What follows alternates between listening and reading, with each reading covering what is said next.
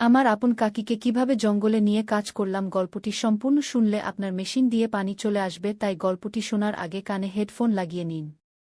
সবুজের জীবনে এই অনুভূতিটা আগে কখনো আসেনি। কাকার মৃত্যুর পর থেকে কাকির বাড়িতে নিয়মিত আসা যাওয়ার কারণে তার মনে এক ধরনের টান তৈরি হয়েছে। প্রথমে কাকির প্রতি এই আবেগটাকে সে স্নেহ ভাবলেও ধীরে ধীরে বুঝতে পারে এটা স্রেফ স্নেহ নয়, বরং আরও কিছু, যা সে নিজেও ভালোভাবে বুঝে উঠতে পারছে না। কাকি যেন একা এক পৃথিবীর মধ্যে বসবাস করেন। বয়স মাত্র ২১, অথচ ২ সন্তানের মা।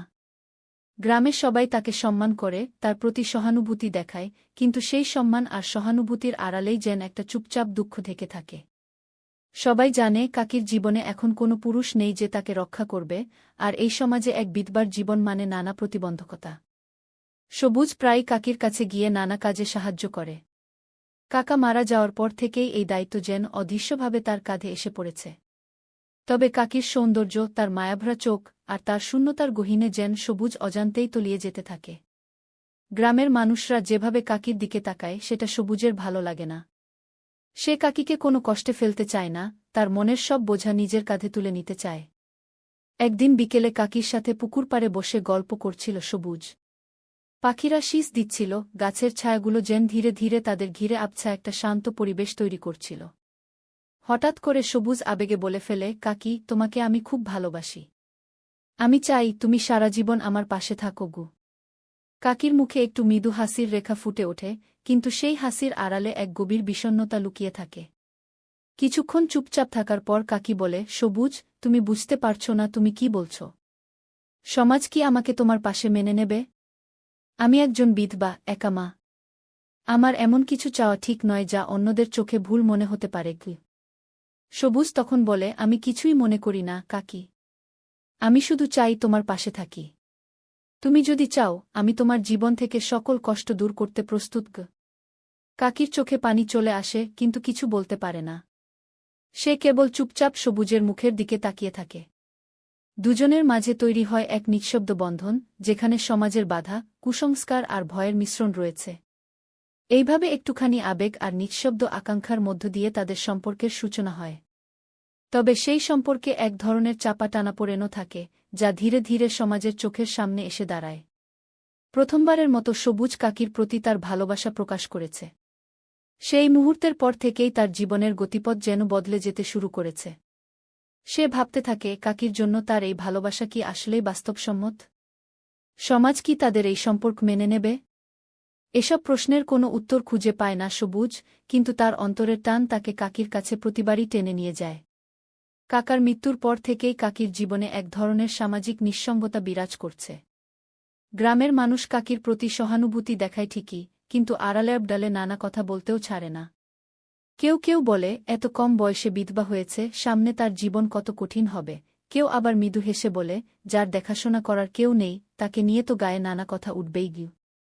সবুজ এসব কথা শুনতে পায়, আর তার মনে হয় সমাজের এই মানুষেরা যদি কাকির জীবনে এমন কোনো পুরুষ দেখে যে তাকে আগলে রাখতে চায়, তাহলে কি তারা আরও বেশি আপত্তি করবে না? একদিন কাকিকে ঘরের উঠানে বসে থাকতে দেখে সবুজ এগিয়ে আসে। তার মুখে বিষণ্ণতা, চোখে ক্লান্তি।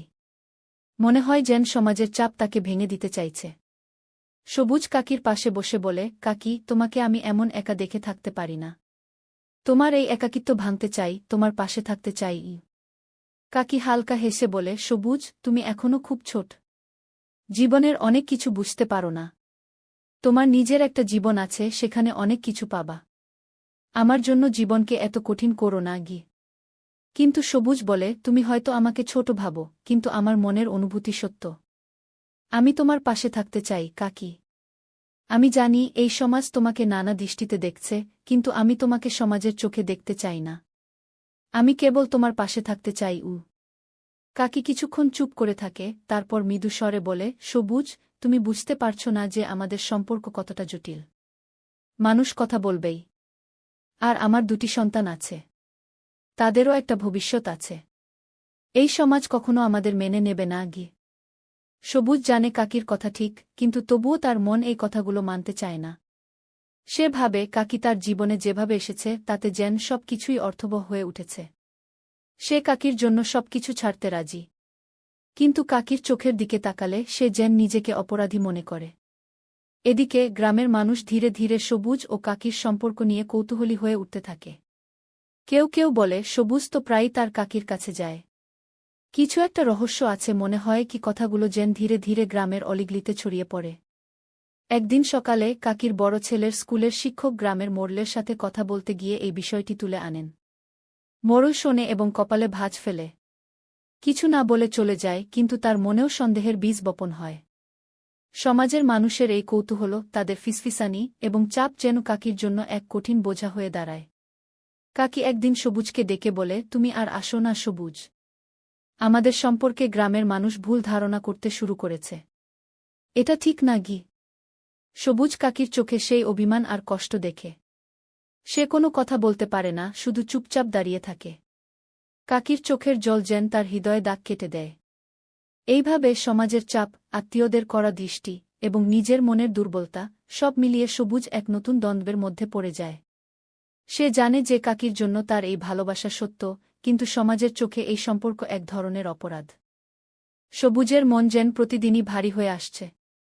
কাকির প্রতি তার এই অনুভূতি এখন আর সে লুকাতে পারছে না। কিন্তু কাকির চোখের সেই নির্লিপ্ত দৃষ্টিতে সবুজের মন আরও বেশি কষ্ট পায়। বারবার কাকি তাকে দূরে সরিয়ে দিতে চাইলেও সবুজের মনের গভীরে ভালোবাসার অমোঘ আকর্ষণ বারবার তাকে কাকির কাছে ফিরিয়ে নিয়ে আসে। এদিকে গ্রামে তাদের সম্পর্ক নিয়ে কানাঘুষা শুরু হয়েছে। সমাজের মানুষ এই সম্পর্ককে সহজভাবে নিতে পারছে না। গ্রামের মোড়লসহ কিছু প্রবীণ ব্যক্তি সবুজের পরিবারকে সতর্ক করেছেন। যদিও তার পরিবারের সবাই বিষয়টি নিয়ে মুখ খুলছে না, কিন্তু এই টানাপোড়েনের বাতাস যেন তাদের ঘিরে রাখছে। সবুজ একদিন সিদ্ধান্ত নেয় সে কাকিকে তার অনুভূতি নিয়ে পরিষ্কারভাবে বলতে হবে। সে মনে মনে ভাবে হয়তো কাকিকে সবকিছু বুঝিয়ে বলতে পারলে কাকি তাকে আর সরিয়ে দেবেন না। এক সন্ধ্যায় গ্রামে বসন্তের বাতাস বইছিল। সবুজ কাকির উঠানে এসে দাঁড়ায়। কাকি তখন উঠানের ফুলগাছগুলোতে পানি দিচ্ছিলেন। তাকে দেখে সবুজের বুক কাঁপতে থাকে, কিন্তু সে সাহস করে কাকির কাছে যায়। কাকি, আমি তোমার সাথে কিছু কথা বলতে চাই, বলে সবুজ। কাকি তার মুখের দিকে তাকিয়ে হালকা হাসেন, কিন্তু তার চোখে কেমন যেন একটা অজানা ভয় ফুটে ওঠে। সবুজ গভীর শ্বাস নিয়ে বলে, তুমি জানো আমি তোমাকে কতটা ভালোবাসি। আমি চাই আমরা একসাথে থাকি। আমি তোমার সন্তানদেরও নিজের সন্তান হিসেবে মেনে নেব। আমি চাই তুমি আর একা না থাকো। তুমি শুধু আমার পাশে থাকো, আর কারো কথা ভাবতে হবে না গি।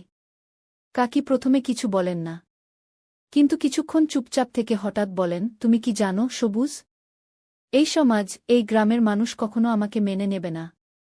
আমি একজন বিধবা, আমার সন্তান আছে, আর তুমি আমার ভাতিজা। আমাদের সম্পর্ক নিয়ে সমাজে যেসব কথা উঠবে সেগুলো তুমি কিভাবে সহ্য করবে? সবুজ জোর দিয়ে বলে, আমি সবকিছু মেনে নেব কাকি। আমি সমাজের কথা ভাবি না। শুধু তোমার সাথে থাকতে চাই। তোমার কাছে থাকতে চাই। কাকি চোখের জল মুছে চুপচাপ তার দিকে তাকিয়ে থাকে। সে কিছুক্ষণ ভেবে বলে, তোমার এই সাহস আর ভালোবাসার জন্য আমি কৃতজ্ঞ। কিন্তু সবুজ, তুমি জানো না যে এই সমাজ কত নিষ্ঠুর হতে পারে। আমার সন্তানদের কথা ভাবো। তাদের ভবিষ্যৎ কি হবে? সবুজ নীরব থাকে, কারণ সে নিজেও এই প্রশ্নের উত্তর জানে না। এরপর কাকি তাকে সেখান থেকে চলে যেতে বলে। তার চোখে গভীর এক কষ্ট ফুটে ওঠে। সে হয়তো ভালোবাসার অনুভূতি লুকিয়ে রাখছে, কিন্তু সমাজের বাধা, নিজের সন্তানের ভবিষ্যৎ, এই সমস্ত বিষয় নিয়ে সে দ্বিধাগ্রস্ত।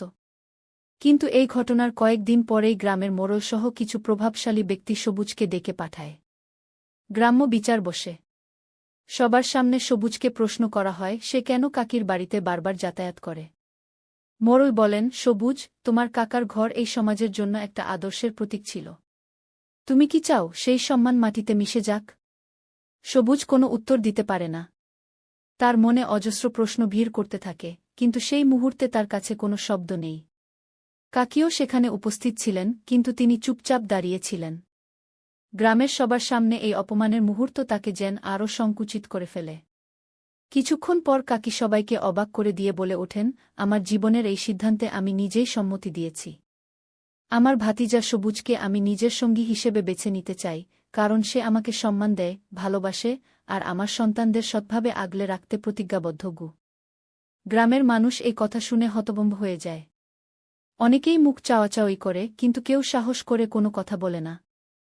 কিছুক্ষণ নীরবতা থাকার পর মোড়ল বলে, তুমি জানো এই সম্পর্কের পরিণাম কি হতে পারে?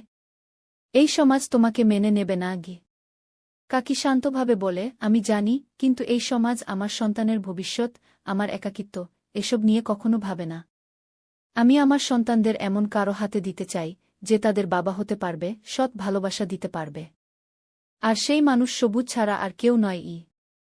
গ্রামের বিচারসভায় কাকির সেই সাহসী ঘোষণা গ্রামের অনেকের মনকে নাড়া দেয়। কিছু মানুষ কাকির সাহস দেখে অভিভূত হয়, আবার অনেকেই এই সিদ্ধান্ত মেনে নিতে পারে না। গ্রাম জুড়ে কাকি আর সবুজের সম্পর্ক নিয়ে ফিসফিসানি চলতে থাকে। সমাজের প্রতিটা কোণ থেকে তাদের প্রতি কটূক্তি ছুড়ে দেওয়া হয়। সবুজ যদিও কাকির পাশে থাকার প্রতিজ্ঞা করেছে, কিন্তু সমাজের এই বাঁকা নজর আর কঠোর সমালোচনা তার জীবনকে কঠিন করে তুলছে। কাকির জন্য একটা ভালোবাসা থাকলেও এসব বাধা তার মনেও ভয় আর শঙ্কা তৈরি করছে। সে ভাবতে থাকে তার এই সিদ্ধান্ত কি আসলেই সঠিক ছিল। এদিকে কাকির সন্তানরাও এই নতুন পরিস্থিতির সাথে খাপ খাওয়াতে পারছে না। গ্রামের বাচ্চারা তাদের মাকে নিয়ে নানা কথা বলে, আর তারা কিছুই বুঝে উঠতে পারে না। কাকি তার সন্তানদের বোঝানোর চেষ্টা করে যে সবুজ তাদের ভালোবাসবে, আগলে রাখবে, কিন্তু তাদের মনেও দ্বিধা আর প্রশ্ন ভর করে। গ্রামের মোড়ল আর প্রভাবশালী ব্যক্তিরা সবুজের পরিবারকে বলে, তোমরা যদি এই সম্পর্ক থেকে সবুজকে দূরে না সরাও, তবে তোমাদের পুরো পরিবার সমাজ থেকে বিচ্ছিন্ন হয়ে যাবে। কি এ ধরনের হুমকির কারণে সবুজের পরিবারও চাপের মধ্যে পড়ে। তবুও কাকি তার সিদ্ধান্তে অটল থাকে। একদিন কাকি এবং সবুজ গ্রামের বাইরে গিয়ে বিয়ে করার সিদ্ধান্ত নেয়। তারা চুপচাপ বিয়েটা সেরে গ্রামে ফিরে আসে। কিন্তু গ্রামে ফিরে এসে তাদের জন্য অপেক্ষা করছিল আরেক কঠিন পরিস্থিতি। গ্রামের কিছু মানুষ মিলে কাকি আর সবুজকে প্রকাশ্যে অপমান করে। তাদের বিয়ে নিয়ে কটূক্তি করতে থাকে, তাদের সংসার টিকবে না এমন ভবিষ্যৎবাণী করতে থাকে। কিন্তু কাকি আর সবুজ তাদের সিদ্ধান্তে অটল থাকে। তারা ধীরে ধীরে তাদের সন্তানদের নতুন জীবন, নতুন সম্পর্কের সাথে খাপ খাইয়ে নেয়ার জন্য সময় দেয়। কাকির সন্তানরাও আস্তে আস্তে সবুজের স্নেহে মানিয়ে নেয় এবং তাকে বাবার মতো করে সম্মান করতে শুরু করে। সময় যায় এবং ধীরে ধীরে গ্রামের মানুষও কাকির এই সাহসী সিদ্ধান্তকে মেনে নিতে শুরু করে। অনেকেই বুঝতে পারে যে কাকি আর সবুজের ভালোবাসা সৎ এবং তাদের জীবনযাপনে কোনো দোষ নেই। বছর খানেক পর কাকি এবং সবুজের জীবনে নতুন একটি অতিথি আসে, তাদের সন্তান। এই শিশুটির আগমনে কাকির জীবন যেন পূর্ণতা পায়। শিশুটির মুখে